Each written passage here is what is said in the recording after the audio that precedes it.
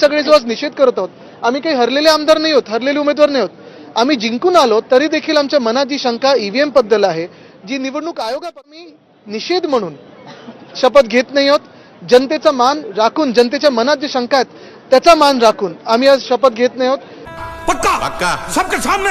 शपथ घेईपर्यंत विधानसभेच्या कामकाजात त्यांना सहभाग घ्यायला मिळणार नाही आणि त्यामुळे विधानसभेच्या कामकाजात भाग घ्यायचा असेल तर शपथ घेतल्याशिवाय आपण भाग घेऊ शकणार नाही.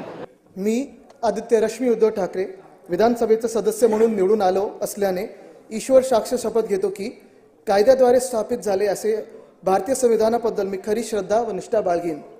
भारताची सार्वभौमता व एकात्मता उन्नत राखीन आणि आता जे कार्य मी हाती घेतले आहे, घेणार आहे ते निष्ठापूर्वक पार पाडीन.